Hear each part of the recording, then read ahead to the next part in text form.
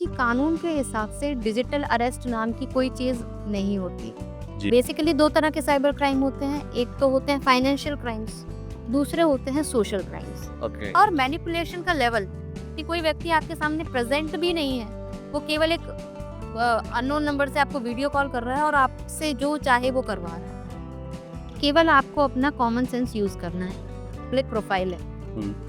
आपने डाल दिया कि हम पूरे परिवार के साथ कहीं घूमने जा रहे हैं विदेश 1 महीने के लिए। पब्लिक प्रोफाइल है ना, आपने चोरों को तो न्योता दे दिया, मिशन दे दिया। है ना, आपने उनको बता दिया कि भाई हम 1 महीने तक नहीं है घर पे, आप लोग आ जाइए। और आज हम विशेष चर्चा करेंगे साइबर क्राइम के बारे में और इस विषय पर चर्चा करने के लिए हमारे साथ मौजूद हैं सुश्री हिना खान जी, जो सीएसपी हैं, ग्वालियर में पदस्थ हैं। आप हमें बताएं कि ये पुलिस जो अभी हम मुहिम चला रही है, इसका क्या उद्देश्य है और क्या महत्व है, और ये साइबर क्राइम क्या है? साइबर क्राइम जैसे कि आपने सुना होगा आजकल बहुत ज़्यादा चर्चा में है।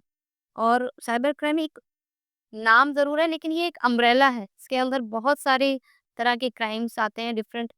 बेसिकली कोई भी ऐसा क्राइम जिसमें कोई डिवाइस, डिजिटल डिवाइस इन्वॉल्व है, जैसे मोबाइल, लैपटॉप, कंप्यूटर, इस तरह का कोई डिजिटल डिवाइस इन्वॉल्व है और उसको यूज करते हुए कोई अपराध किया जा रहा है, तो ये साइबर क्राइम कहलाता है। बेसिकली दो तरह के साइबर क्राइम होते हैं, एक तो होते हैं फाइनेंशियल क्राइम्स, दूसरे होते हैं सोशल क्राइम्स। ओके। फाइनेंशियल में जैसे आप नाम से ही समझ रहे होंगे, इसमें कहीं न कहीं पैसे का इन्वॉल्वमेंट है, जैसे कि आपने स्कीम्स देखी होंगी कि ओटीपी कोई आपसे ले लेता है, ओटीपी शेयर करने का साइबर अपराध होता है, या फ्रॉड्स होते हैं। कई बार आपको ऐसे बहुत सारे लिंक्स आते हैं कि इस लिंक पे क्लिक कीजिए, घर बैठे पैसा कमाइए, या आपको कोई ऑफर मिला है, जॉब ऑफर मिलता है, कुल मिला के जिसमें आपके पैसे का नुकसान हो रहा है, तो वो ये आपके फाइनेंशियल क्राइम्स हो गए। ओके। दूसरे होते हैं सोशल क्राइम्स। सोशल क्राइम्स में आप देखिए स्टॉकिंग है, आप किसी का पीछा कर रहे हैं, या किसी के विषय में कोई बात फैलाई जा रही है जो मतलब किसी महिला को परेशान किया जा रहा है, या कुछ ऐसा क्राइम जैसे कि मान लीजिए कोई किसी को सोशल मीडिया पे स्टॉकिंग कर रहा है, गाली गलौज कर रहा है, जिसमें किसी व्यक्ति पे असर पड़ रहा है। मतलब कैसे पड़ रहा है कि या तो उसकी गरिमा का हनन हो रहा है, या फिर मान लीजिए जैसे किसी का आपने इंस्टाग्राम हैक हो गया, किसी के मॉड फ़ोटोज़ जो आप समझते हैं फ़ोटोज़, हाँ। है ना, नकली बना लेते हैं। चेहरा गाना लगा। सी वीडियो के जैसे डीप फेक चल रहा है आजकल, हाँ, है ना? वीडियोज़ भी बन जाते हैं उसमें। बिल्कुल बन जाते हैं। आपने देखा होगा कुछ समय पहले एक एक्ट्रेस हैं, उनका एक डीप फेक वीडियो वायरल हुआ। तो इस ऐसे क्राइम जो सोशली आपको इफ़ेक्ट कर रहे हैं, ये सोशल क्राइम्स में आते हैं।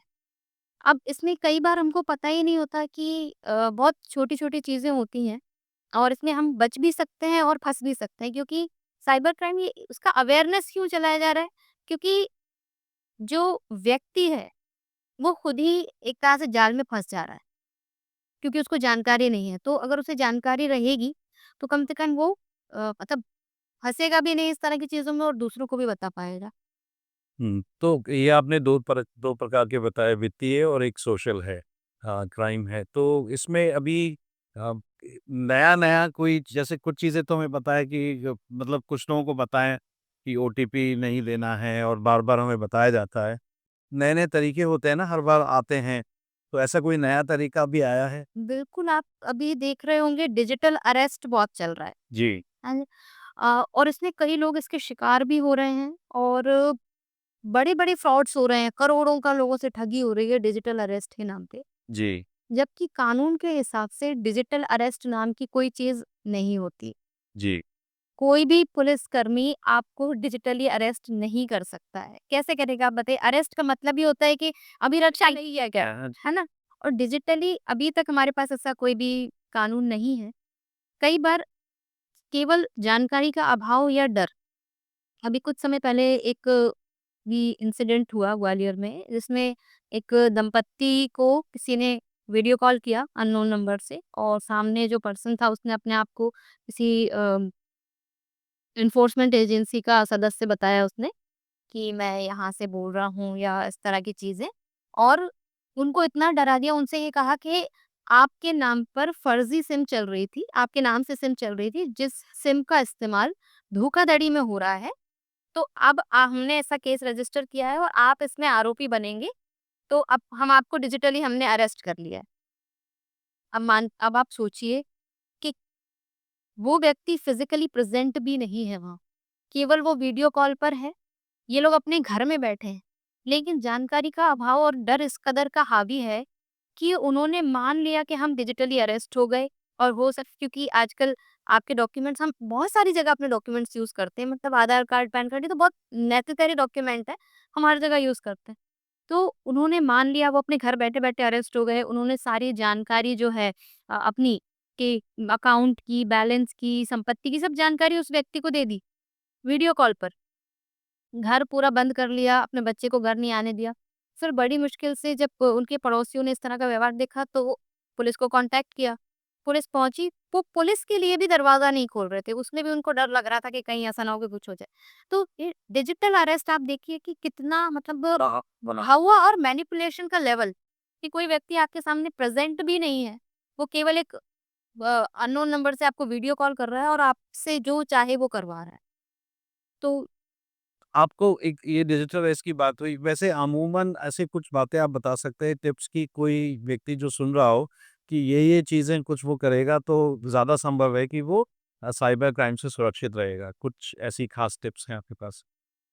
बहुत बेसिक सी चीज़ें हैं, केवल आपको अपना कॉमन सेंस यूज़ करना है। जैसे कि हमारे बहुत सारे आपने कॉलर ट्यून सुनी होगी कि अपना ओटीपी, अपना पासवर्ड, पिन किसी के साथ शेयर ना करें, क्योंकि कभी भी कोई बैंक या फाइनेंशियल इंस्टीट्यूशन फ़ोन पर आपकी इन चीज़ों की जानकारी, ओटीपी तो कभी कोई नहीं पूछता।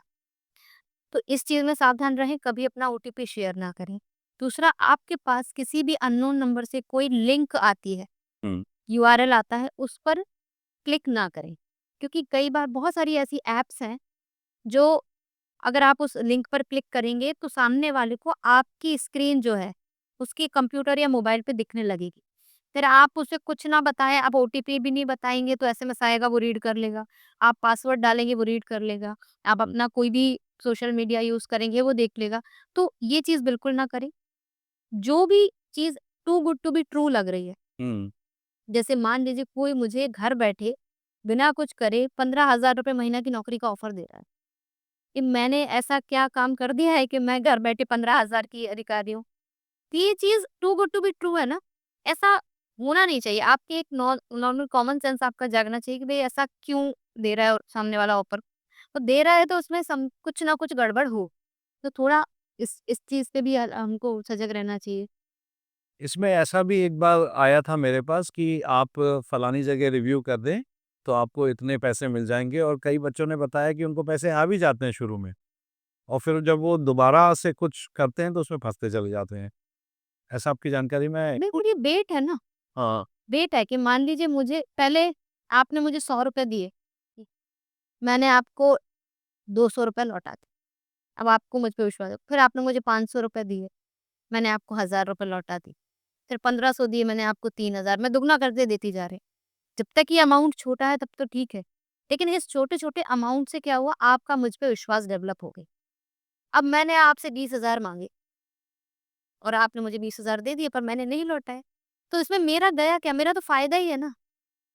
अगर मैंने आपको दिए भी थे, मान लीजिए मैंने आपको पहले ₹5,000 दे दिए तो भी मैं 15,000 के प्रॉफ़िट में हूँ। इन्वेस्टमेंट कुछ नहीं है। तो इन चीज़ों पर भी कोई भी ऐसी स्कीम जो है, पोंज़ी स्कीम उसको बोलते हैं, उन पर भी हमें बिल्कुल नहीं जाना चाहिए, क्योंकि घर बैठे कुछ भी नहीं होता है, आपको मेहनत करनी पड़ेगी। दूसरा, जो सोशल क्राइम्स होते हैं, हाँ, मैं वही पूछने वाला था, उससे कैसे बचें? उसका सिंपल सा तरीका है कि आप अपनी प्रोफ़ाइल को लॉक करके रखिए।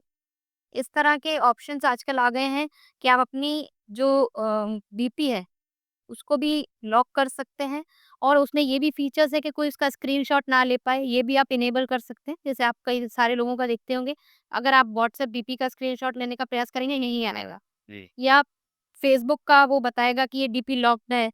तो सॉरी, इस तरह की चीज़ें आप कर सकते हैं। आप किसी भी ऐसे व्यक्ति को ऐड मत कीजिए जिसको आप पर्सनल लाइफ में अच्छे से नहीं जानते। और यदि आप इन्फ्लुएंसर या इस तरह का आपका पब्लिक प्रोफाइल है, तो उसमें कोई ऐसी पर्सनल जानकारी मत डालिए, जो कल आपको लगे कि इसका मिसयूज़ हो सकता है या इसका लीक होने से मुझे कुछ खतरा हो सकता है। जैसे मान लीजिए, आपका पब्लिक प्रोफाइल है, हुँ, आपने डाल दिया कि हम पूरे परिवार के साथ कहीं घूमने जा रहे हैं विदेश 1 महीने के लिए। पब्लिक प्रोफाइल है ना, आपने चोरों को तो न्योता दे दिया, शन दे दिया। है ना? आपने उनको बता दिया कि भई हम 1 महीने तक नहीं है घर पे, आप लोग आ जाइए। क्योंकि पब्लिक प्रोफाइल है, कोई भी देख सकता है। आपको क्या पता कि कोई अच्छे ही लोग देख रहे हैं, कोई अपराधी भी देख सकता है। तो इस तरह की चीज़ें जो बहुत छोटी-छोटी जिन्हें हम फॉर ग्रांटेड ले लेते हैं। अब आप अननोन नंबर से जैसे उन्होंने वीडियो कॉल उठाया, आप मुझे बताइए कि हम कितने अननोन लोगों को वीडियो कॉल करते हैं? हाँ, बिल्कुल भी नहीं, नहीं करते। नहीं करते हैं। मोस्टली फैमिली मेंबर्स या फ्रेंड्स, इनके अलावा हम अपने कलीग्स को भी कभी वीडियो कॉल नहीं तो करते। जब आता भी है तो उसको उठाना नहीं। क्यों उठाना है भई? आप खुद सोचना चाहिए कि भई मुझे इस अननोन नंबर से कोई कॉल क्यों कर रहा है? एक और चल रहा है कि आपको अननोन नंबर से कोई कॉल करेगा, वो बोलेगा आपका कोई फैमिली मेंबर, आपका बेटा 376 के केस में पकड़ा हुआ है या आपकी बेटी किसी ड्रग्स के केस में पकड़ी हुई है या हमको एक पार्सल मिला है जो आपके नाम का है और इसमें ड्रग्स है। इस तरह के बहुत ज़्यादा केसेस चल रहे हैं। अभी कुछ समय पहले एक घटना हुई कि एक अधिकारी थे, उनकी बच्ची को फ़ोन आया कि आपके फादर का एक्सीडेंट हो गया है। ओके। उसने अपने फादर का नंबर ट्राई किया, वो किसी मीटिंग वगैरह में थे, वो नहीं रिसीव कर पाए। तो उसको लगा कि हाँ, सच में एक्सीडेंट हो गया है और उसने उनको ऑनलाइन जो व्यक्ति फ़ोन कर रहा था, उसको 80,000 रुपए ट्रांसफ़र कर दिए। वाह! अब इसमें थोड़ा पेशेंस से भी हम काम ले सकते हैं। जैसे मान लीजिए वर्क प्लेस का कोई बोल के कॉल कर रहा है, तो आप अगर आपके रिलेटिव का फ़ोन नहीं लग रहा है, जैसे आपके फादर का फ़ोन नहीं लग रहा, मदर का फ़ोन नहीं लग रहा, तो आप वर्क प्लेस पे किसी व्यक्ति को फ़ोन करके पूछ सकते हैं कि भई अभी वो कहाँ हैं, क्या है? ऐसे ही एक अधिकारी थे, उनको फ़ोन आया कि आपके बेटे को 376 में हमने अरेस्ट कर लिया है और पीछे से आवाज़ भी आ रही, पापा बच पर का पूरा प्रॉपर वो बिल्कुल ड्रामा क्रिएट करते हैं। तो इत्तेफ़ाकन उनका बेटा जो है उनके साथ बैठकर डिनर कर रहा था। तो उन्होंने कहा कि एक काम को बता कहाँ से बोल रहे हो, क्या है? 2-4 सवाल किए, तो सामने वाला उन्हीं को अब्यूज़ करने लगा, गालियाँ देने लगा और फ़ोन काट दिया। तो इस तरह की जो कॉमन सेंस है कि आप हमेशा उसका उसका रीज़न ढूँढने का प्रयास करें कि ऐसा क्यों हो रहा है या आप कोई भी वीडियो कॉल आ रहा है तो क्यों आ रहा है, अननोन नंबर से आ रहा है। न अगर आपको लग रहा है कि हो सकता है किसी परिचित का हो, तो आप इतने सारे प्लेटफ़ॉर्म्स हैं, ट्रू कॉलर है या बहुत सारे ऐसे हैं, उन पर सर्च कर लीजिए, जी। है ना? उन पर देख लीजिए, ये है आई थिंक आईटीएम ग्लोबल ये है। तो सर्च कर लीजिए, थोड़ा-सा अपना कॉमन सेंस को यूज़ कीजिए और अपने पेरेंट्स को भी जैसे एल्डरलीज़ जो होते हैं या महिलाएँ होती हैं, वो इस तरह के फ्रॉड का बहुत ज़्यादा शिकार हो रही हैं। रीज़न बीइंग कि उनको जानकारी नहीं है, उनको पता ही नहीं है कि भई इसमें क्या मतलब कोई ऐसा गलत तरीके से उनको फ़ोन भी कर सकता है। सोशल मीडिया पर भी कई बार हम किसी को भी ऐड कर लेते हैं, जैसे बहुत से लोगों को गेम्स खेलने की आदत होती है, तो वो किसी को भी ऐड कर लेते हैं।